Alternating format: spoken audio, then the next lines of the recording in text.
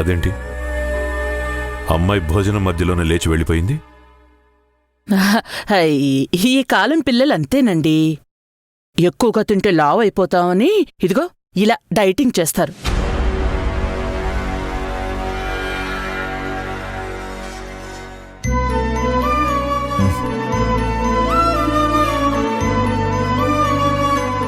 ఈ ప్రేమ ఆప్యాయత జీవితాంతం ఉంటుందని ఎంతో ఆశపడ్డాను. ఆ ఆశ నెరవేరుతుందో లేదో నాకు తెలీదు, కానీ ఈ క్షణం మాత్రం ఒక జీవితానికి కావాల్సినంత తృప్తినిచ్చింది. ఏంటి అక్షయ ఇది? ఈ మాత్రం దానికే ఇంతలా ఫీల్ అయిపోతే ఎలా? మీరు నాకు తినిపిస్తున్న అన్నాన్ని చూశారు, నేను మీరు నా పట్ల చూపిస్తున్న ఆప్యాయతని చూస్తున్నాను. అది అనుభవించే వాళ్ళకి మాత్రమే తెలుస్తుంది. ఇలా మాట్లాడుతూ ఉంటే అన్నం ఎప్పుడు తింటావు? ఆకలి ఎలా తీరుతుంది? తిను.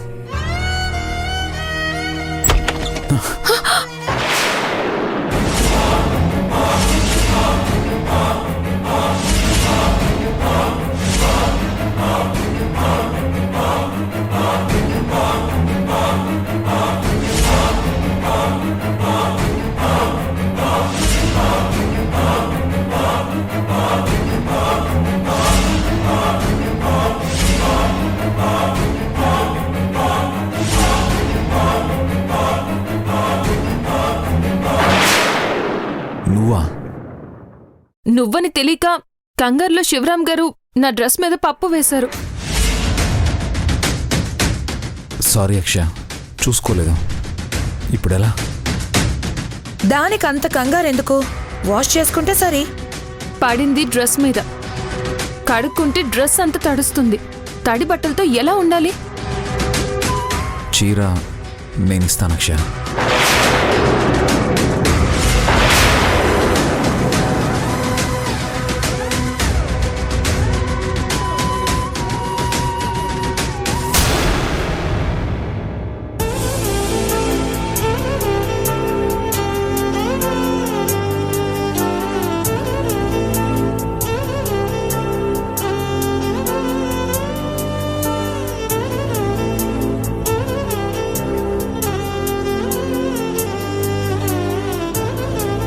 ఇప్పుడు కొత్త చీర ఎందుకు?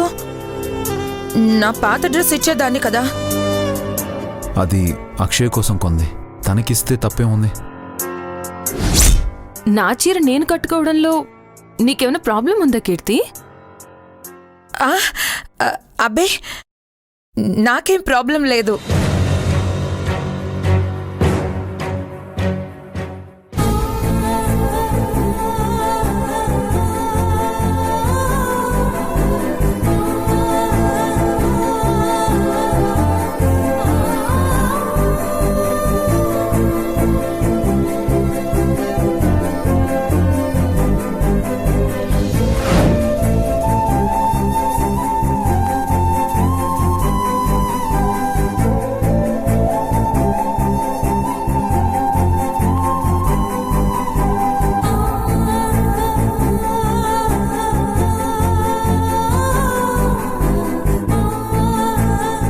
ఇదేంటి, నీ డ్రెస్ నాకిచ్చావు?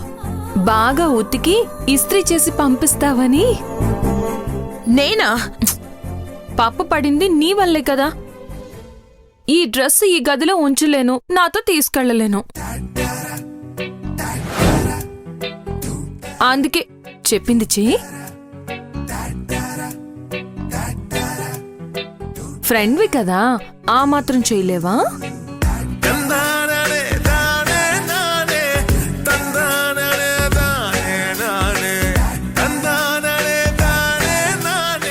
శివరాం గారిని చూసుకొని ఏం రచ్చిపోతున్నావే?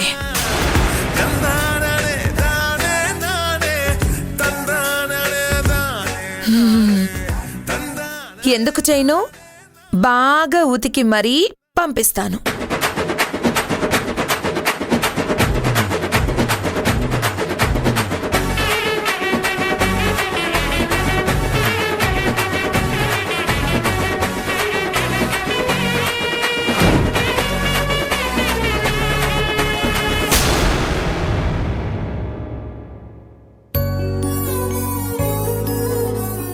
అక్షయ్కి ఏమీ కాదు, క్షేమంగా ఇంటికి తిరిగి వస్తుంది.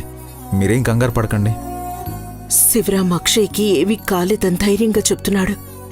అంటే అక్షయ్ ఎక్కడుందో శివరాంకి నిజంగా తెలుసా, లేక నేను ధైర్యంగా ఉండడం కోసం అలా చెప్తున్నాడా?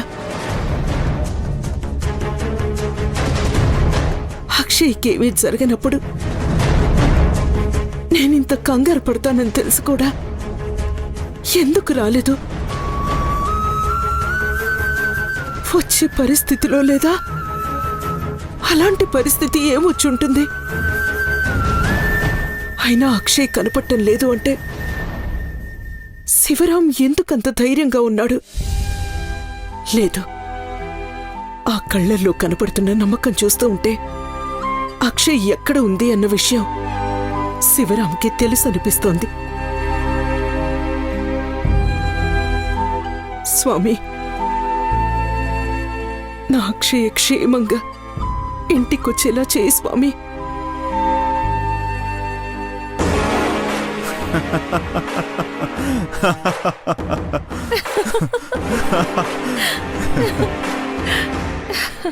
శివరాం గదిలో ఎవరున్నారు?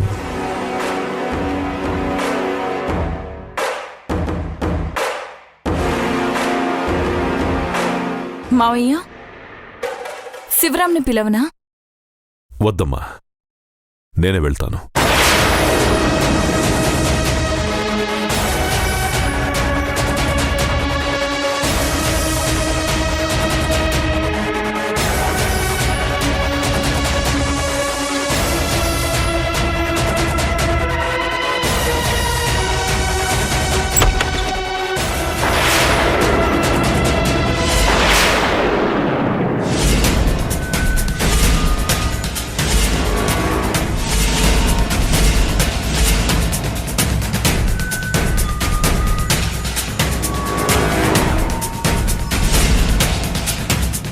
నీకెందుకమ్మా ఇలాంటి పనులు?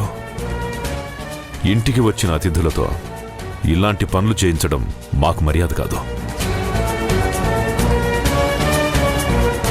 ఇంకెప్పుడు ఇలాంటి పనులు చేయకో. శ్యామల,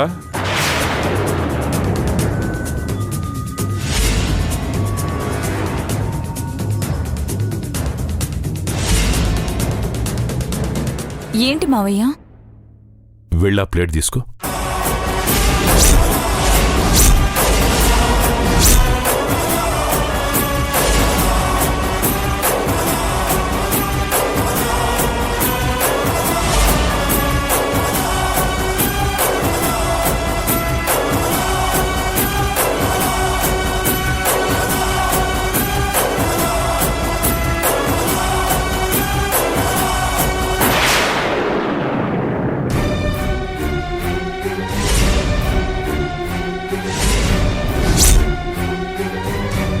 సరే.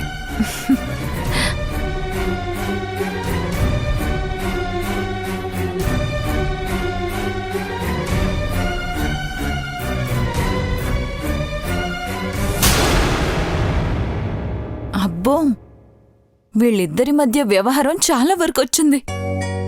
అయినా కీర్తి ఇంటి కోడలైతే నాకు మంచిదే.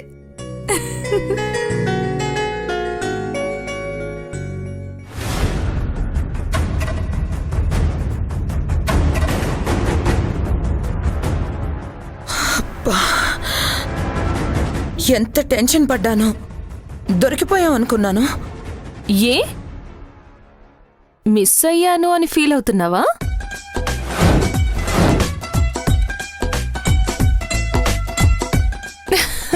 జోకు. ఎంతైనా ఫ్రెండ్వి కదా.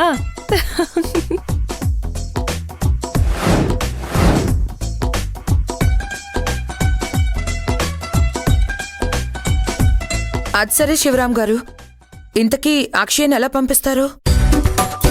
అందరూ నిద్రపోయాక.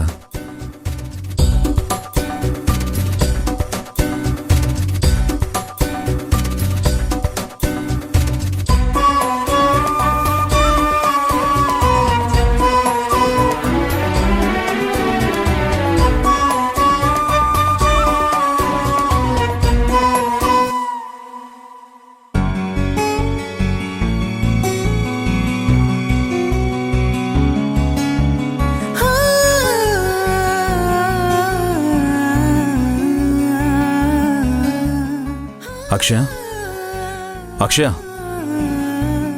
అక్షయ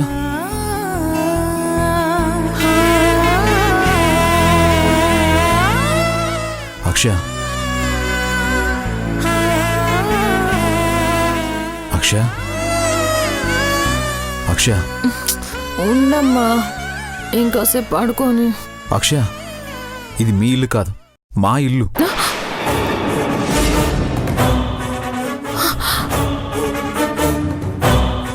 పద, నేను మీ ఇంటికి తీసుకెళ్తాను. ఆ,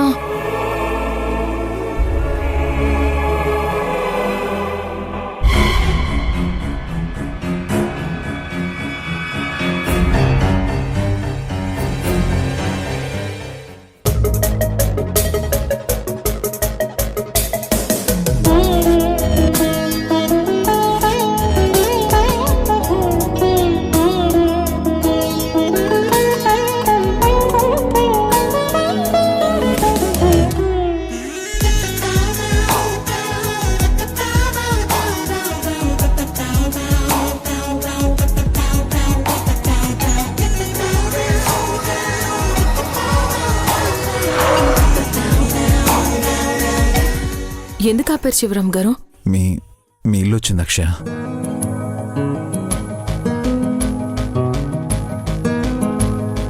కుసకుసలాడే పదనిసలేవా తొలివల ప్రేమ బహుశా తొడికిసలాడే మిసమిసలెన్నో జతపడిపోవే మనసా ఏదో జరుగుతోంది అది ఆనందంలో మరి తెలియని అలజడి అలజడి అలజడి అలజడి. నేనంటే ఇష్టం లేదని అందరి ముందు చెప్పినా మీ మనసులో నాకున్న స్థానం ఏంటో నాకు అర్థమైంది. అంతంత మాత్రం ప్రేమను చూపించే అబ్బాయిల్ని ఆ అమ్మాయిలు వదులుకోలేరు కదా. ఇంతలా ప్రేమించే మిమ్మల్ని నేనెలా వదులుకుంటాను? అక్షయ అది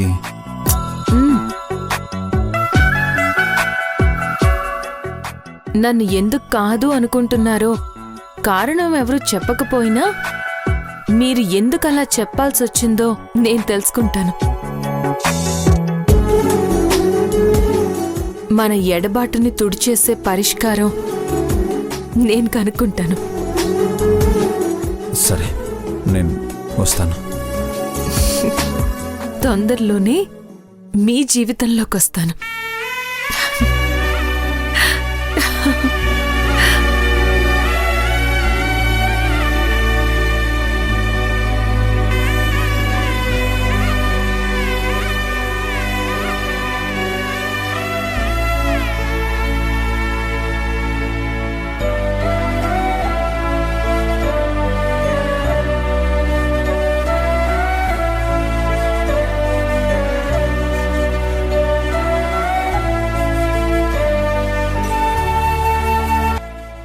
అమ్మా,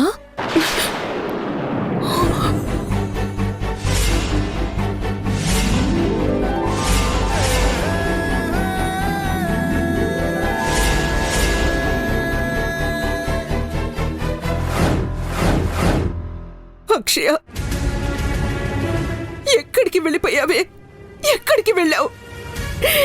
నీకోసం రాత్రంతా నేనెంత కంగారు పడ్డానో తెలుసా? అమ్మా, అమ్మ ఊరుకో అమ్మా, ఏడోకు. ఎందుకు ఏడుస్తున్నావు? నేను ఇంటికి వచ్చేసాను కదా. అమ్మా, అమ్మ ప్లీజ్ ఏడవద్దమ్మా, ప్లీజ్ అమ్మ, ప్లీజ్ ఏడవద్దు, ఊరుకో. ఏమైంది అక్షయ? రాత్రంతా ఎక్కడికి వెళ్ళావు?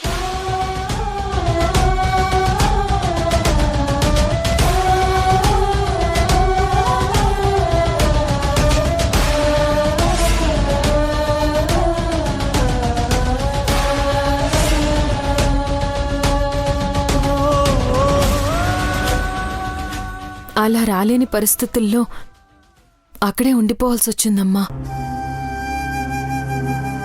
అక్కడ అందరి ముందు నీకు నిజం చెప్పలేక నీకు ధైర్యం చెప్పి పంపించారు. అక్షయ్కి ఏమీ కాదు, క్షేమంగా ఇంటికి తిరిగి వస్తుంది. మీరేం కంగారు పడకండి. ఈ ఊర్లో నిన్ను చంపాల్సిన అవసరం ఎవరికుందిరా? చంపడానికి వచ్చింది నిజమే కాని నన్ను చంపాలనుకున్నది ఈ ఊరువాడు కాదు.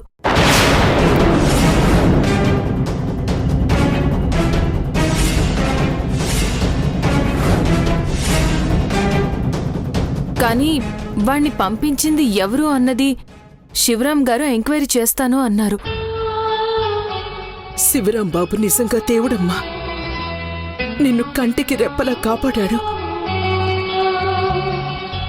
నువ్వు ఏవైతే నీ ఇంటికొచ్చేసావు అది చాలు.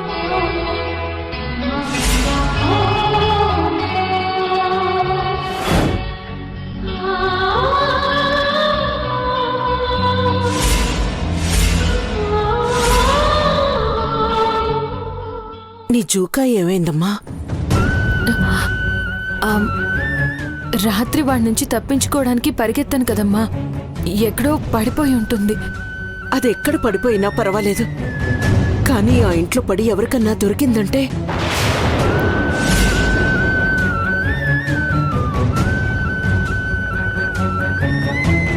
అసలే నీ జీవితంతో ఆడుకోవాలనుకుంటున్న వరలక్ష్మికి, కీర్తికి మరో అవకాశం దొరికినట్టే.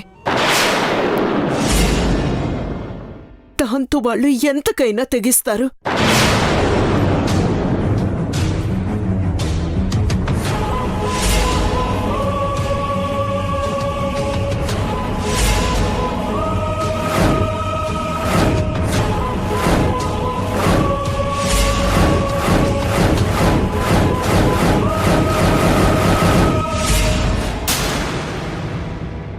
మాధవి, మాధవి, మాధవి!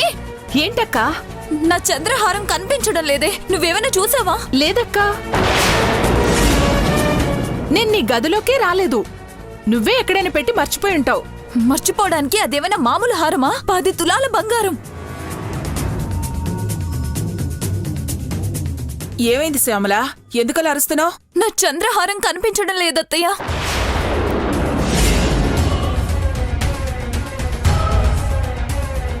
ఎక్కడికి పోతుంది? ఇన్నేళ్లలో మన ఇంట్లో ఒక వస్తువు పోవడం అనేది ఎప్పుడూ జరగలేదు. ఎక్కడ పెట్టావో బాగా గుర్తు తెచ్చుకో.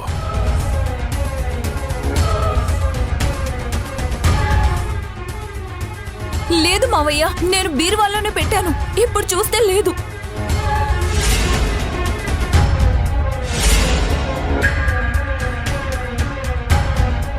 ఖచ్చితంగా ఎవరో తీశారు. ఇంట్లోకి బయట వాళ్ళెవరూ రాలేదు కదా, ఇంకెవరు తీస్తారు?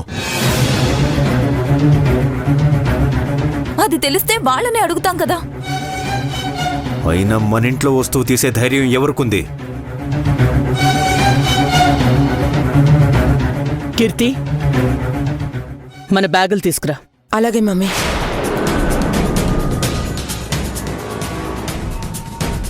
కీర్తి, ఆగమ్మా.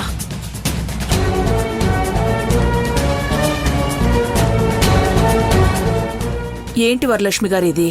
వాళ్ళన్నది మీ గురించి కాదు, మీరు కూడా మా ఇంట్లో వాళ్లతో సమానం.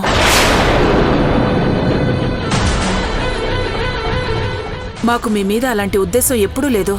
ఎంతైనా మీరంతా ఒక కుటుంబం. మీ ఇంట్లో బయట వాళ్ళెవరైనా ఉన్నారంటే నేను నా కూతురేగా. మీరు మమ్మల్ని నమ్మినా మేము మా నిజాయితీని నిరూపించుకోవాలిగా.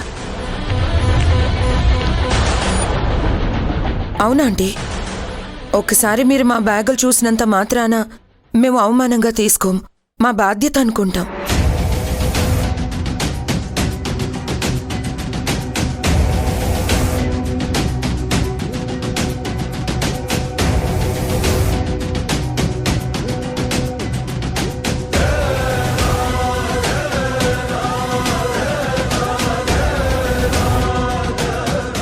ఏమైంది? ఎందుకు అందరూ అలా ఉన్నారు?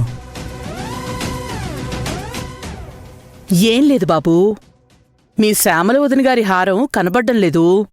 ఎవరైనా తీశారా లేక ఎవరైనా పట్టుకుపోయారా అని.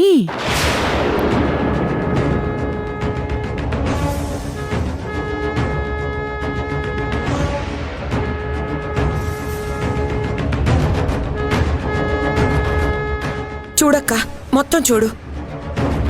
ఆగమ్మా. నువ్వు శివరాంకి స్నేహితురాలివి, మా ఇంటి అతిథివి. అతిథిని దేవుళ్లా చూడాలి తప్ప దొంగలా చూసేంత సంస్కారహీనులం కాదు మేము. అవన్నీ వదిలే.